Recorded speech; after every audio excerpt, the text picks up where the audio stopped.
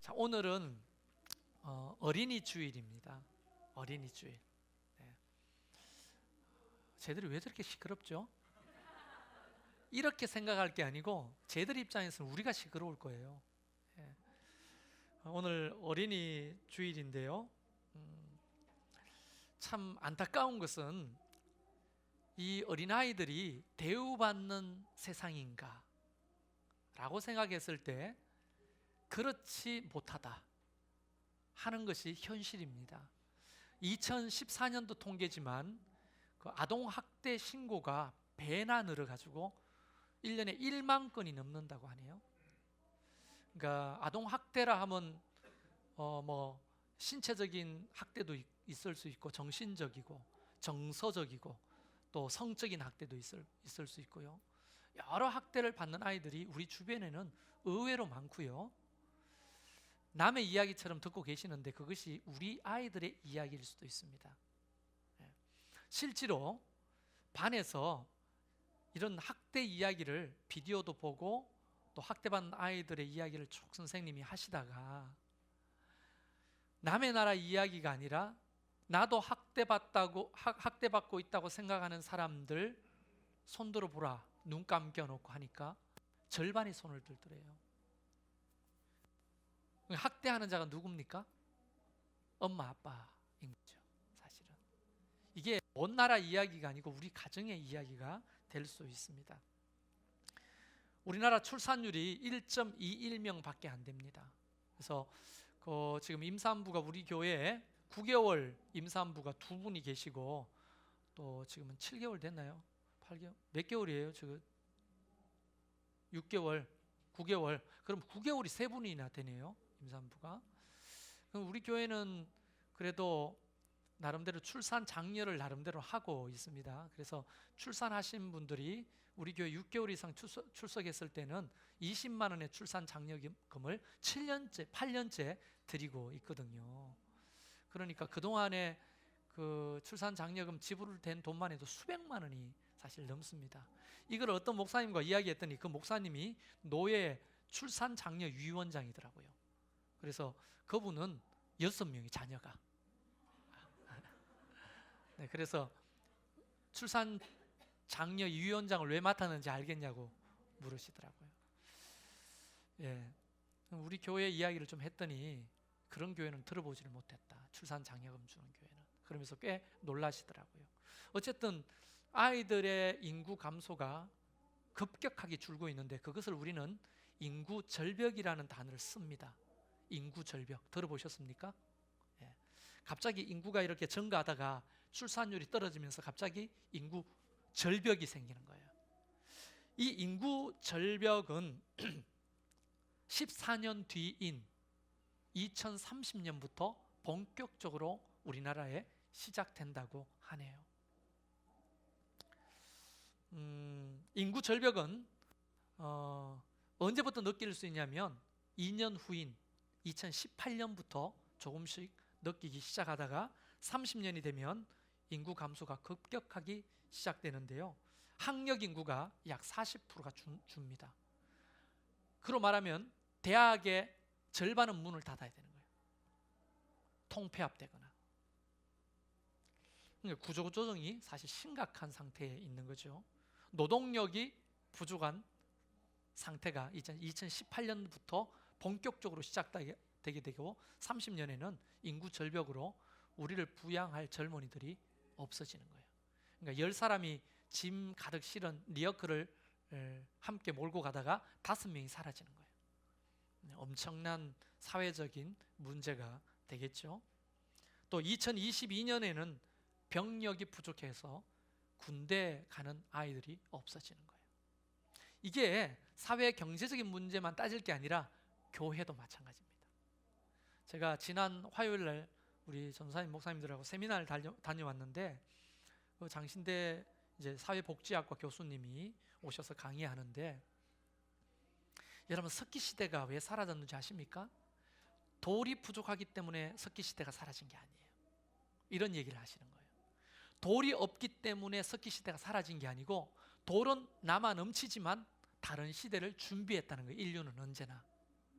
청동기 시대를 준비해 왔고 돌은 있으나, 청동기가 남아 돌지만 철기 시대를 준비해 왔고, 철이 남아 돌지만 철로는 안 되니까 정보화 시대를 준비했던 인류를 우리가 교회가 본받아야 된다.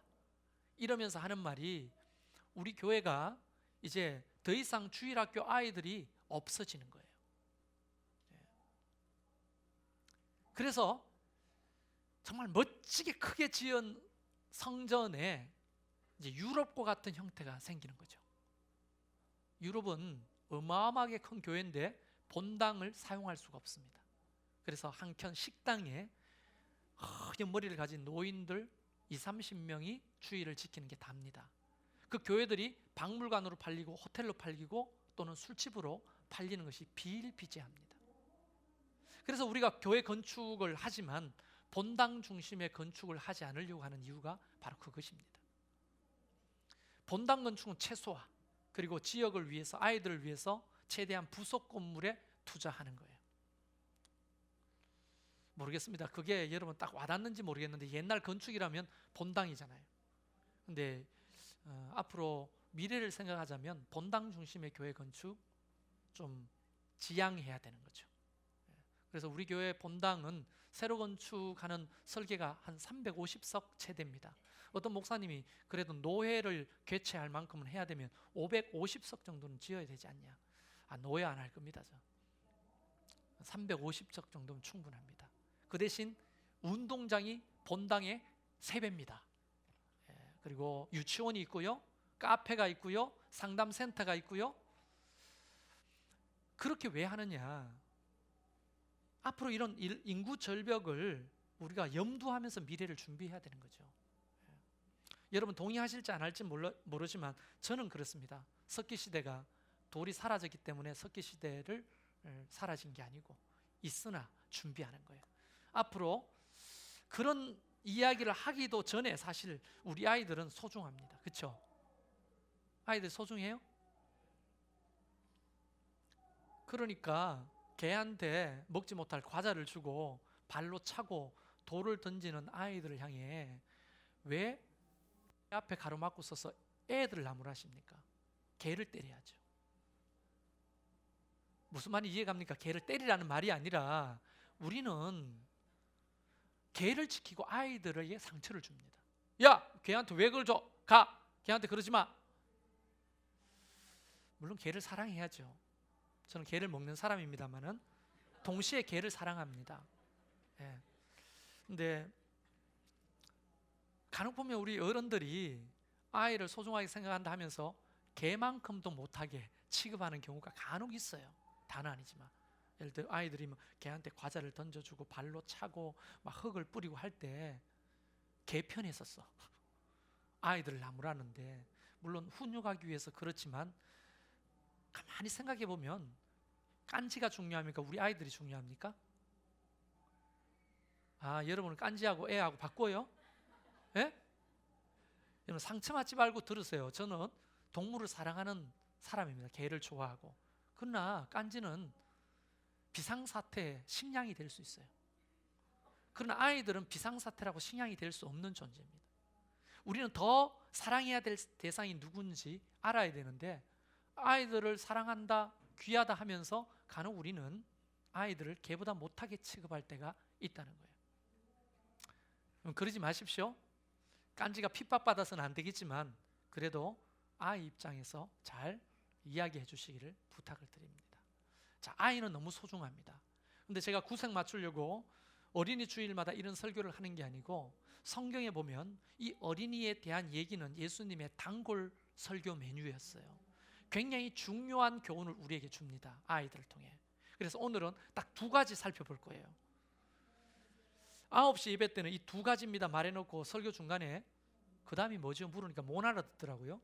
여러분 잘 기억하세요. 첫 번째는 아이들을 통해서 배워야 될 게 뭔지, 이게 첫 번째 주제입니다. 2번째는 그 아이들에게 우리는 어떻게 대해줘야 되는지, 이게 2가지 오늘 설교의 굉장히 중요한 핵심입니다.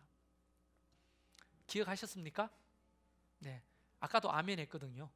이따가 확인해 보도록 그렇게 하겠습니다. 어느 날 제자들이 자기들끼리 숙덕숙덕거리면서 늘 다투는 주제가 있었어요. 단골 주제. 그게 뭐냐면 천국에서 과연 누가 높은 자리를 차지할 것인가 하는 겁니다. 그게 천국뿐 아니라 예수님이 왕이 되시면 나는 어느 자리 이걸로 늘 다퉜어요. 그들이 이제 이 땅에서 누가 높으냐를 따지다가 더 이상 따질 게 없으니까 어디까지? 천국에서 누가 높으냐까지 따집니다. 정말 생각이 있는 사람인지 없는 사람인지 모르겠어요. 그래서 자기들끼리 막 이야기하다가 해결이 안 나니까 그 문제를 가지고 누구를 찾아갑니까? 아마 누군지 몰라도 성경에 구체적으로 안 나와 있지만 베드로가 야, 그럼 우리 선생님한테 물어보자. 그리고는 우르륵 가가지고 예수님, 한 가지 여쭈어볼 게 있습니다. 예수님이 인자한 모습으로 그래, 무엇이든 물어보세요. 나는 막말했다고 보지 않거든요. 예수님이 제자들한테 무엇이든 물어보세요. 왜냐하면 베드로가 나이가 훨씬 많았거든요. 그때 베드로가 천국에서는 도대체 누가 높은 자리에 앉을 수 있습니까? 라고 물어봤더니 예수님께서 갑자기 하면서 너 이리 와봐 이러면서 아이 하나를 부르시는 거예요. 그리고 아이가 정정업으로 달려와서 예수님 품에 확 안깁니다. 그리고 옆에 세워두고는 오늘 성경 본문에 있는 얘기를 하는 거거든요. 내가 만든 얘기가 아니에요. 아이를 불러 그들 가운데 세우고 그 답변을 이야기하시는데 처음부터 이렇게 이야기합니다. 진실로 너희에게 이른다. 여러분, 진실로 너희에게 이른다는 말은 이거 빈말이 아니거든. 내가 지금부터 이야기하는 것이 얼마나 중요한 내용인지 몰라. 꼭 귀담아 듣고 네 마음에 새기고 꼭 이렇게 실천해 주면 좋겠어. 다시 말하지만 이 말은, 지금부터 하는 내 말은 굉장히 중요한 진리야. 이렇게 말을 시작하는 거예요. 우리에게도 중요하겠습니까? 아니겠습니까? 진실로 너희에게 이룬다. 빈말이 아니라는 거죠. 진리라는 거죠. 그러면서 하시는 말씀이 너희가 돌이켜. 여러분, 돌이켜라는 단어가 뭡니까? 돌이켜. 깊이 있게 들어가면 돌이켜라는 말은 회개라는 말하고 동의어입니다. 돌이켜라는 말이 뭐냐면 이쪽으로 가다가 돌이켜라 하면 반대로 가는 거예요. 회개가 똑같은 거거든요. 하마르티아라고 하는 것이 뭐냐면은, 회개라는 말이 관역을 빗나간 화살이, 그게 죄거든요. 하마르티아가 그 관역을 빗나간 화살이 다시 돌아서 관역으로 날아가는 것을 회개라고 하는 거예요. 하나님의 뜻을 빗나가 살던 인간이 하나님의 뜻으로 돌아오는 것을 회개라고 말하는 거예요. 그래서 돌이켜라고 하는 것은 돌아가라는 거예요. 옛날로 회개하라는 겁니다. 무슨 말씀을 하시려고 이런 중요한 표현을 쓰실까요? 돌이켜라. 그리고 중간에 설명을 빼고 뒷말을 붙이면 이런 겁니다. 돌이키지 않으면 결단코 천국에 들어갈 수 없다. 여러분, 이렇게 표현하는 걸로 봐서는 이것이 들어도 되고 안 들어도 되는 선택의 문제가 아니라 우리 신앙에 굉장히 중요한 필수의 문제라는 것을 여러분 직감하십니까? 듣고 계세요? 네. 아이들 이야기가 신경 써요. 자꾸 깐지가 자꾸 묵상됩니까? 지금 하나님 말씀을 묵상하십시오. 자꾸만 생각되면 회개하시라는 거예요. 깐지 편을 들었던 분들, 아이들 편 안 들고. 아이들 편 듭시다 우리. 자, 깐지는 그게 사명이에요.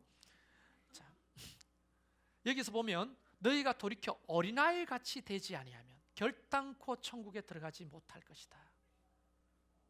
여러분, 어린아이처럼 되는 것을 우리는 뭐라고 하죠? 무슨 마음이라고 하는데, 조금 직역은 아니지만 어역입니다만은 어떤 마음을 가지라는 겁니까? 동심으로 돌아가라는 거예요. 동심으로. 한번 따라합시다. 동심으로 돌아가라. 동심으로 돌아가라는 거예요. 왜 동심으로 돌아가라고 말씀하실까요? 그러니까 동심으로 돌아가지 않으면 결단코 천국에 들어갈 수 없기 때문에 동심으로 돌아가라는 거예요. 그러면 그 동심이 뭔가? 여러분, 복잡하지 않습니다. 예수님이 아이를 불러서 천국에서 누가 큰지 이런 얘기를 하는데 큰 거 답변을 하지 않고 천국에 들어가느냐 마느냐의 문제를 이야기하시는 거예요. 아이를 옆에 두고. 이 아이처럼 되지 않으면 천국에 들어갈 수 없다.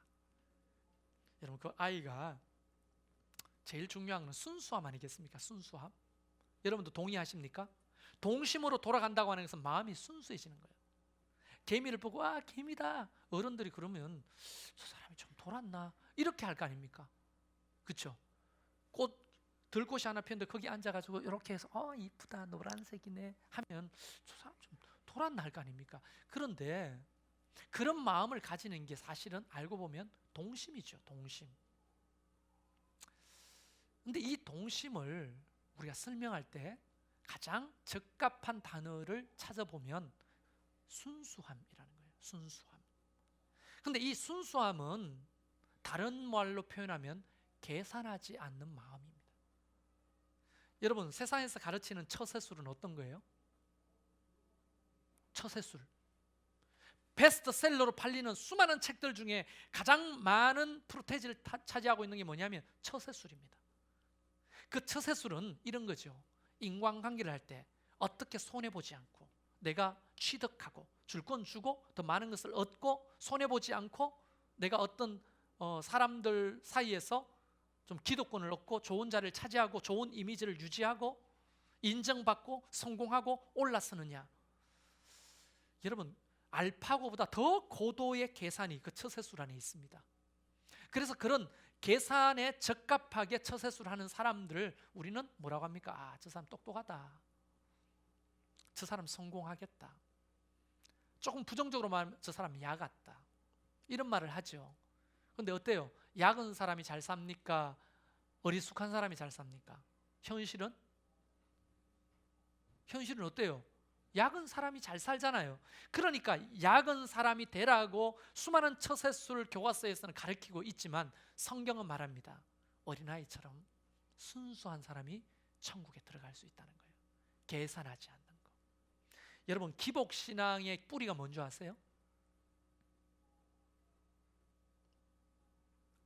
기복신앙의 뿌리는 기브 앤 테이크입니다. 이 기브 앤 테이크가 세상에 굉장히 현실적이고 지혜로운 어떤 원칙이잖아요. 하나 주고 하나 받고. 그렇죠? 그래서 네가 한번 사면 내가 한번 사고. 그럼 우리는 어때요? 내가 저 사람한테 밥 한번 사면 저 인간이 나한테도 밥 한번 살 인간인지 아닌지 생각하고 밥 사주잖아요. 물론 동심을 가지고 순수하게 그렇게 안 하는 사람도 있습니다만은 우리는 수많은 계산이 알파고 하지만요, 우리가 알파고보다 그런 부분에 정말 빨리 돌아가는 것 같아요. 자기한테 손해되는 인간관계 안 하고 손해되는 짓 안 하죠. 다 뭔가가 돌아오는 것을 기대하죠. 이게 신앙 안으로 그대로 들어오면 어떻게 됩니까? 하나님 앞에서도 give and take가 작동하는 거예요. 여러분, 사람이 왜 실종합니까? 내가 이렇게 했는데 왜 하나님은 나를 안 도와주냐? 내가 이렇게 열심히 기도했는데 왜 하나님은 응답해 주지 않느냐? 내가 이렇게 헌신했는데 하나님은 왜 나에게 거기에 합당한 복을 안 주느냐? 하나님이 살아계신 게 맞냐? 하나님이 사랑이신 게 맞냐? 그 기적, 뿌리 속에 들어가면 내가 했는데 왜 안 주냐는 겁니다. 거기에 합당한 대가를 왜 안 주냐는 겁니다. 이 계산이죠. 우리 부모님들이 자녀에게 진자리 마른 자리 가라니실 때 다음 주는 이제 어버이 주일이니까 계산합니까? 내가 오늘 여보 몇 번이야? 3번. 3번 기저귀 갈았어. 5월 1일 3번. 자, 설사 만나가지고 2번 더 했어. 어느 날 6번. 이래가지고 기저귀 뗄 때까지 횟수를 따져보니까 예림아, 너 엄마가 몇 번 너의 기저귀를 갈았는 줄 알아? 너 엄마 일기장에 보면 수백 번이 넘는 그 기저귀를 갈았다고. 그럴 때 예림이가 커서 월급 받을 때 그 비용을 내가 다 한 번 갈 때마다 2만 원씩 쳐가지고 받아야지. 이렇게 하면서 정아자매가 기저귀 갈았어요? 안 하죠. 그건 계산이 아니죠. 그래서 부모님의 헌신과 사랑은 순수한 거라고 말하는 겁니다. 우리가 하나님 앞에 뭔가를 했기 때문에 뭔가를 원하는 도구는 기복적인 구조를 가지고 있다는 거예요. 신앙에. 여러분, 제가 예전에 교회에서 건축을 경험했고 또 건축한 교회 이야기를 많이 들었는데요, 건축에서 시험 드는 이유가 뭔지 아십니까? 다양한 시험의 이유가 있지만 공통 분모 중에 무슨 교회든지 시험 든 이유가 뭐냐면 내가 집 팔아서 헌금했는데 왜 나한테 이런 취급을 하느냐는 겁니다. 왜 못 알아주냐는 겁니다. 내가 이렇게 했는데 너는 왜 나한테 이런 대우를 안 해주냐는 겁니다. 하나님 앞에서도 그렇게 나가죠. 목사 앞에서도 그렇게 하죠. 내가 교회에 어떻게 했는데 나한테 이렇게 취급하냐고. 성도들끼리 그렇죠. 내가 너한테 어떻게 했는데 네가 나한테 이렇게 하냐고. 여러분 이거 기복적인 거죠. 계산하는 거죠. 그러면 주님이 우리에게 이렇게 말씀하시지 않을까요? 너 이거 했다고 나한테 뭐 달라고 했니? 너 말 잘했다. 나도 이거 꾹꾹 참았는데 너한테 한번 묻고 싶다. 나는 내 아들 예수를 너를 위해서 죽였다. 내가 더 이상 너한테 뭘 해줘야 되는 거니? 그걸로 부족하니? 이렇게 말씀하시면 우리가 할 말 있는 사람이 누가 있어요? 여러분 집 팔고 논 팔아서 헌금한들 주님이 우리에게 독생자를 주시고 날 위해 죽으시까지 사랑하신 그 사랑에 비하면 그게 값으로 지불할 수 있는 겁니까? 뭘 더 달라는 겁니까? 하나님 앞에. 하나님 앞에서 계산하고 사람 앞에서도 계산하는 이것이야말로 기복신앙이 아니고 뭡니까? 그래서 헌신은요 어떤 동기로 하는 겁니까? 내가 헌신하면 상급받고 헌신하면 칭찬받고 헌신하면 어떤 직분 얻고 헌신하면 인정받아서 어떤 것을 누리고 나중에는 생명의 면류관을 얻는 거, 그것 때문에 헌신하는 게 아니에요. 순수한 믿음은 뭐냐? 주님이 날 위해 죽으신 것이 사실일까? 정말로 죽기까지 나를 사랑하신 걸까? 그게 믿어진다면 나의 헌신은요 헌신이라 말할 수 없는 거예요. 이미 하나님은 그 나의 모든 헌신은 내가 목숨까지 바쳐도 헌신을 다 지불하셨거든요. 그 사랑 때문에 그 사랑을 깨닫고 봉사하고 헌신하는 겁니다. 목사한테 뭘 기대합니까? 성도들끼리 뭘 기대하는 겁니까? 하나님 앞에 뭘 기대합니까? 진짜 어린아이 같은 동심은 바로 그 사랑을 깨닫고 내가 계산하지 않고 함께 헌신하고 예배하고 주님 앞에 나가는 것 아니겠습니까? 어린아이처럼 되지 않으면 천국에 들어갈 수 없다고 말하는 이 말씀은 바로 그런 순수한 믿음을 가지지 않고서는 결코 천국 백성이 될 수 없다는 겁니다. 뭘 하나님 앞에 바랍니까? 하나님 내가 이렇게 헌신했어요. 여러분 제가 20살 때부터 전도사 했거든요. 제가 28년 차입니다. 청춘을 바쳤어요. 정말로. 우리 집 사람하고 애들하고 유행가를 듣고 있으면 아는 노래가 없어요. 가요 절벽 20살 때부터 들은 노래가 없으니까 늘 찬양, 늘 교회에서 살았어요. 그게 내 인생의 전부입니다. 그러면 내가 하나님 어떻게 살았는데요? 내가 28년 동안 충성을 다했잖아요. 그러면 내가 어느 정도로 하나님 앞에 복을 받아야 돼요? 적어도 우리 애들 서울대 영어대 가야 되잖아요. 그 정도 했으면. 여러분도 원하면서 왜 이상하게 들어요? 내가 그렇게 28년 동안 하나님 앞에 충성하고 청춘을 바쳤다면 나 사례비 얼마 받아야 될 것 같아요? 한 달에 1,000만 원 정도 받아야 되지 않나요? 여러분 내가 28호봉입니다. 적은 호봉이 아니죠. 그러면 주나요? 정말 하나님 앞에 섭섭하네요. 그리고 왜 아픈 데가 이렇게 많죠? 제가 지난주 새벽 기도를 거의 못 했는데요. 이게 허리가 아픈지 신장이 아픈지 모르겠어요. 일어날 수가 없네요 이게. 그런데 하나님 내가 그렇게 주님 앞에 충성했는데 남는 거랑은 병든 몸입니까? 제가 오늘도 이제 축구를 할 건데요. 하면요 속도가 절반으로 줄었어요. 옛날에는요 거의 후레쉬맨이에요. 번개. 예? 동해 번쩍 서해 번쩍. 물론 공과 따로 움직입니다만은 예? 공하고 상관없이 움직입니다. 빨랐어요. 그런데 그런 속도가 안 나는 거예요. 나이가 아직 젊은데도. 하나님 앞에 원망이 있죠. 왜? 하나님 이렇게 충성했는데 남는 거는 몸이 연약한 거, 허약해지는 거, 병든 거 이런 겁니까? 근데 주님이 말씀하신 거, 난 널 위해 다 줬다 이미. 선 지급된 게 있다는 거예요. 계산하지 마라. 뭔가를 원하지 마라. 이게 아이들이 바라는 거 아닐까요? 아이들이 동심 아닐까요? 순수한 거, 계산하지 않는 거. 여러분 이런 기복신앙을 건강한 신앙이 아닙니다. 하나님이 알아서 주셔요. 필요한 거는. 믿습니까? 아이들은 또 있는 그대로를 받아들이죠.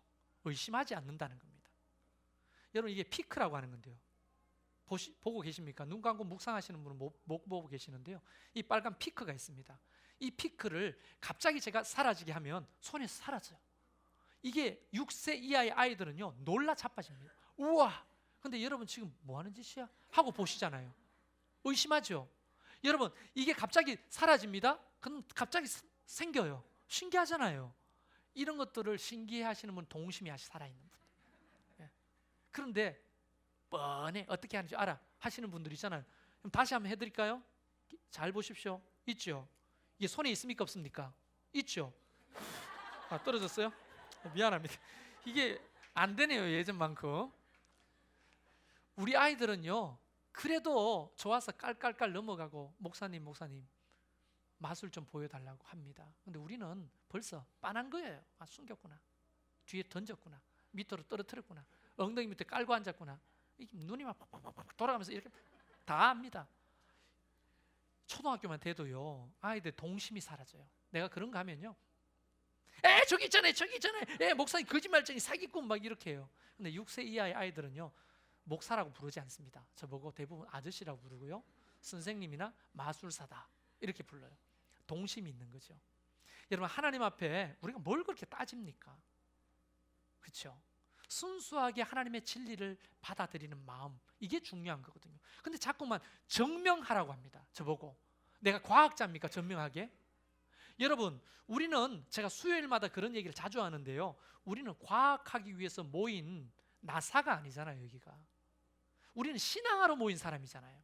그렇죠? 근데 젊은 사람들이 비율적으로 많은 우리 교회는요 어떤 뉘앙스가 많냐면 증명해봐라 하나님이 살아계신 거, 이런 유로 질문을 많이 합니다. 여러분 증명될 수 있는 신은 신이 아닌 거예요. 증명할 수 있다는 것은 이 물리적 세계 안에만 존재하는 분이잖아요. 그런 사람은 그래 어쨌든 근데 하나님이 증명을 하라고 할 때 내가 어떻게 증명해요? 증명할 수 있다면 그건 신이 아니죠. 그런 신은 믿을 필요도 없죠. 무한하시고 영원하신 그분을 어떻게 증명합니까? 우리는 과학하러 모인 사람들이 아니고 신앙하러 모인 사람이잖아요. 신앙은 뭐예요? 증명되지 않아도 그것을 받아들이고 믿는 것을 신앙이라고 말하는 거예요. 증거가 없어도 보지 않고 믿는 것을 우리는 신앙이라고 말하는 거예요. 그러면서 제가 말씀드렸죠. 우리 최일권 집사님 막내 아들입니까? 어머니가 옆에 앉아 계시는데요 하나도 안 닮았네요.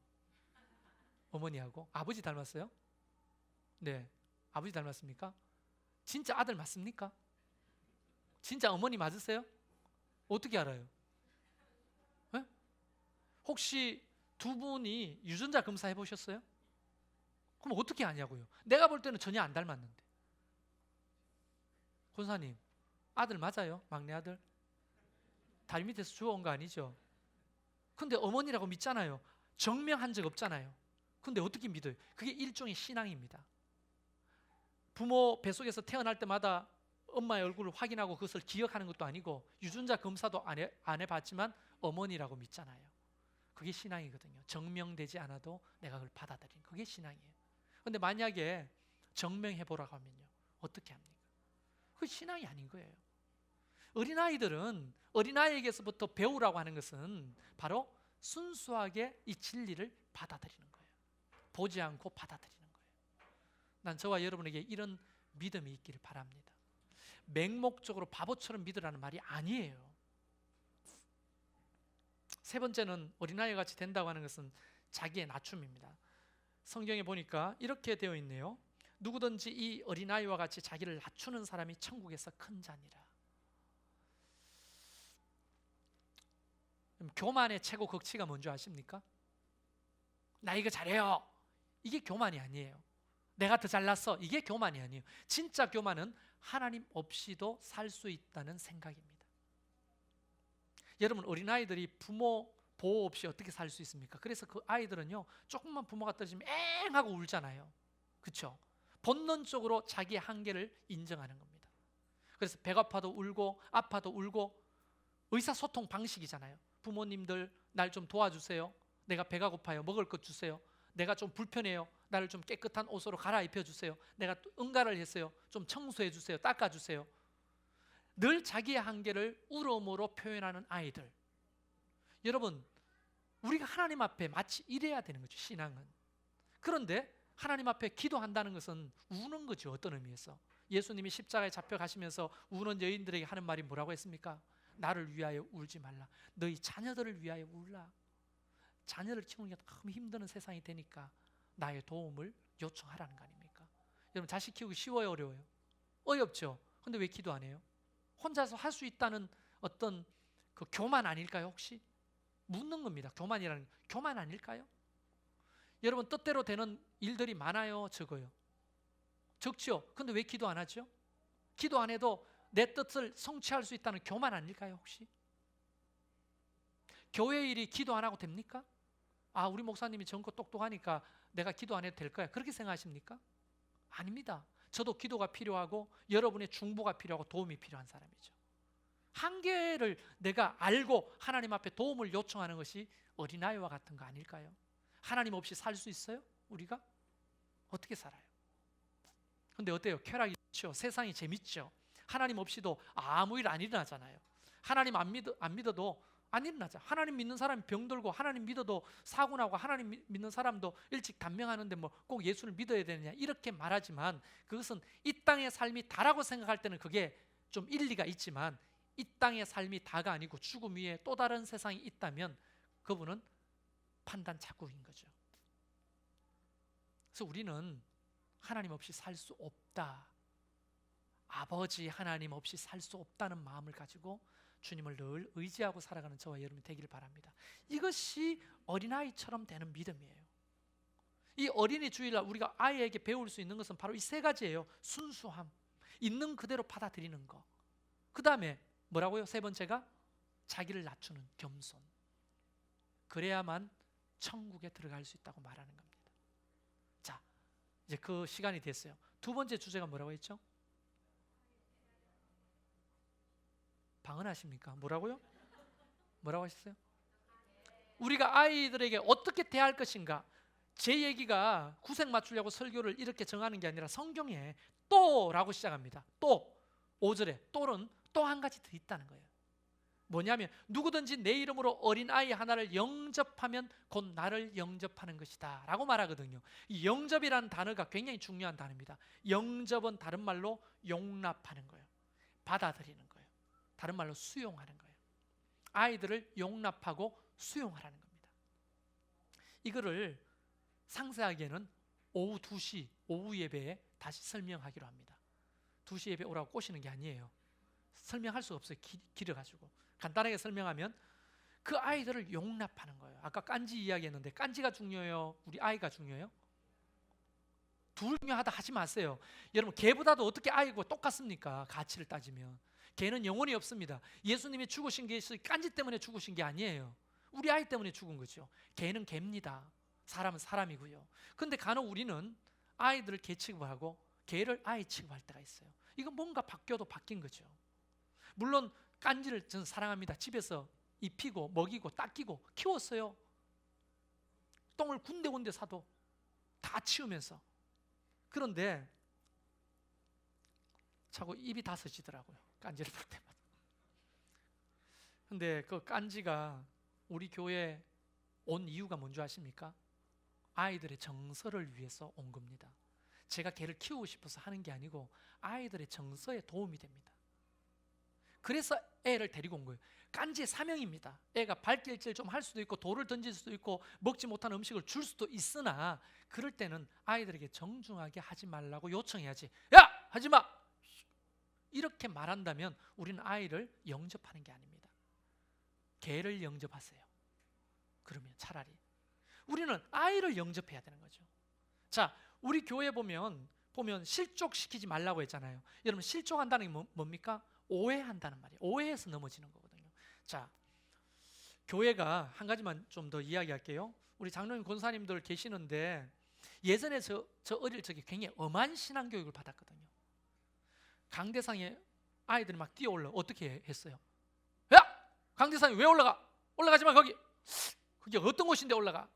그러면서 야단을 맞았어요. 제가 고등학교 때 예수를 처음 믿었는데 성탄절 추리하러 강대상에 올라갔어요. 제가 신발 신은 채로. 근데 그거를 보고 사찰 집사님이 야 최성열 내려와 빨리. 예?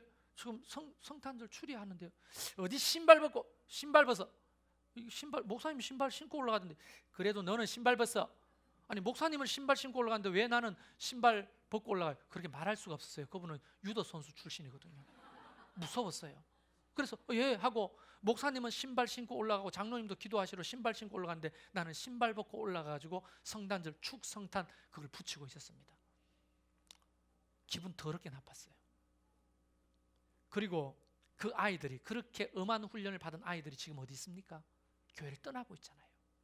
왜요? 하나님에 대한 오해가 깊어지는 거예요. 여러분 한번 물어봅시다. 하나님이 이 강대상에 계세요? 그 아이의 마음속에 계세요? 예? 근데 왜 장로님 권사님들은 마음속에 계시는 예수님을 향해 야! 안 돼! 여기 오면 안 돼! 가! 나가! 이렇게 이야기하면서 아무도 안 계시는 이 강대상을 왜 신처럼 모시냐고요. 뭔가 잘못된 거잖아요. 지금 우리가 더 중요하게 생각돼야 되는 것들을 놓치고 뭔가 형식과 구조에 매몰되어 있는 거예요. 그게 잘못된 해로운 신앙이라는 거예요. 나는 그런 교회에서 아주 엄한 신앙을 교육받고 고등학교 3년 내내 너무너무 무서웠어요. 함부로 떠들 수도 없고 예배당에 뛰어다닐 수도 없고 소곤소곤 얘기해야 되고 예배 시간이면 핸드폰 보고 할 수도 없죠. 여러분 우리 아동부 유치부 뭐 이렇게 보면 예배 분위기가 별로 안 좋아요. 누가 보면 애들이 막 핸드폰 보고 막 기어다니고 뛰어넘고 막 선생님들이 죽을 지경이에요. 근데 훈육은 해야 되죠.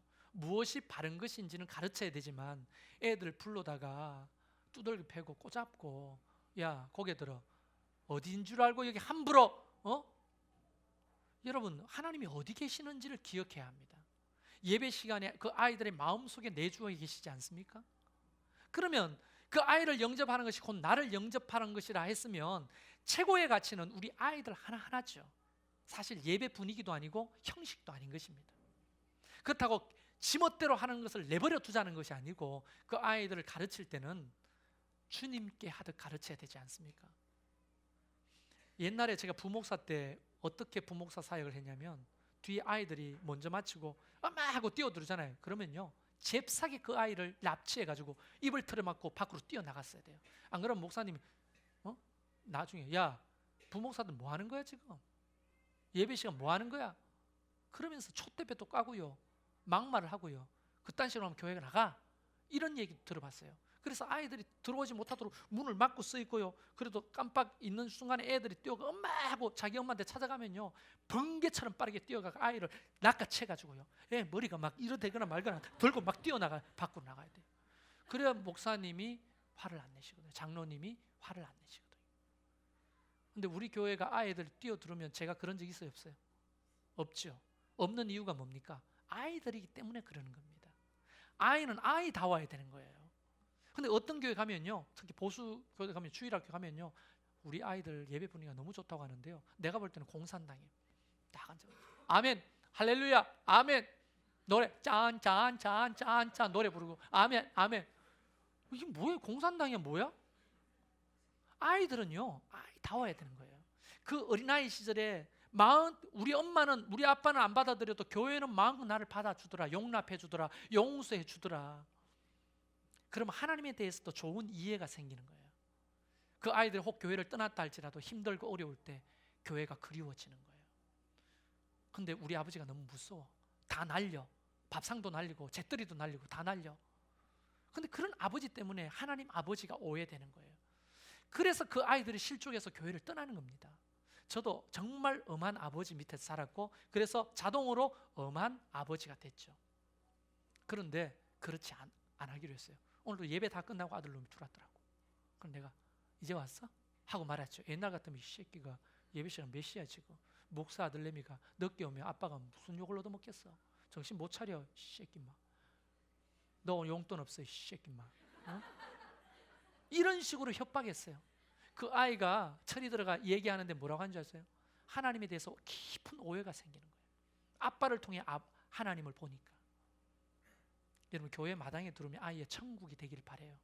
개판 오브전 돼도 그게 아이들에게 좋습니다. 훗날도 그럴까요? 어른 돼서도 핸드폰 보면서 설교 시간 막 이럴까요? 아니에요. 그럴 때가 있는 겁니다. 그러나 뭔가 지나치거나 다른 아이들을 해롭게 하거나 이럴 때는 정중한 아이들한테 잘 가르치는 게 중요하죠. 여러분, 아이들을 실족시키지 맙시다. 상세한 얘기는 오후 예배 때 하도록 하고요. 오늘 우리가 두 가지를 배웠어요. 뭘 배웠죠? 동심을 회복하자는 거예요. 아이처럼. 또 하나는 우리 아이들에게 어떻게 대해라는 거예요. 여러분 그러고 계세요? 잘 안 되죠. 이게 현실입니다. 근데 성경은 그렇게 되지 않으면 결단코 천국에 들어갈 수 없다고 말합니다. 여러분 이 찬양을 좀 여러분과 함께